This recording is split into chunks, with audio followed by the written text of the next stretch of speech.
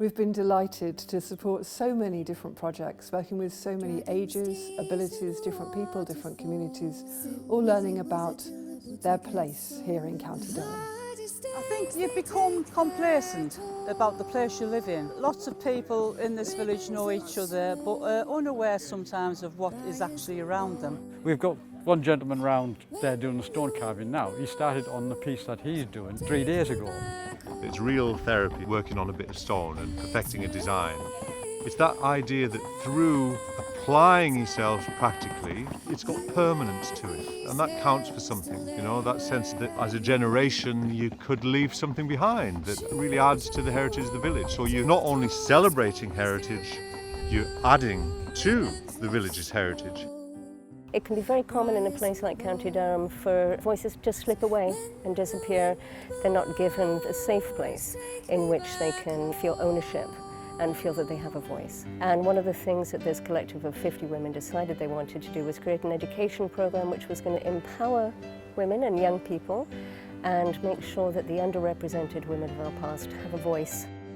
I think having the opportunity to learn and play music that came from the Teesdale area, there's a real sense of ownership over the music that they're performing, particularly when they're taking that beyond the boundaries of the town, if that makes sense.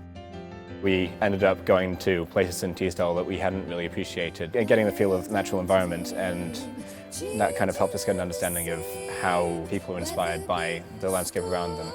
Teesdale was always just where I lived. It never really had any real value to me. It was a place, but Musical Heart of Teesdale has given me a lot of insight that we have culture.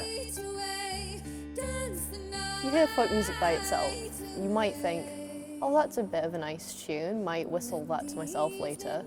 But like if it's in the landscape, that memory is going to be in your brain even when you're like going grey, because it's just amazing. This is folk music and this is what it's meant to do.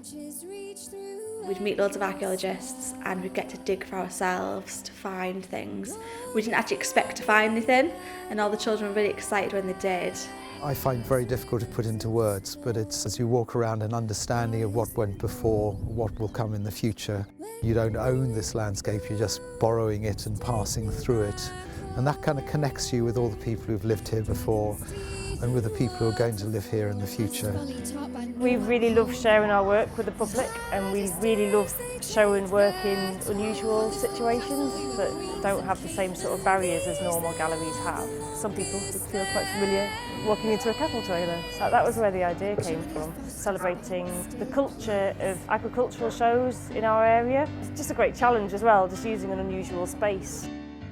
It's to help with wellbeing, so getting to meet people who have got issues of their own sort of helps me realise that mine aren't that bad. And we cook a meal and we talk to each other, and just being outside in the fresh air with the sound of the rushing water going past, it's very calming. They're allowing themselves the opportunity to take some time for themselves and taking an interest in making that nature connection again.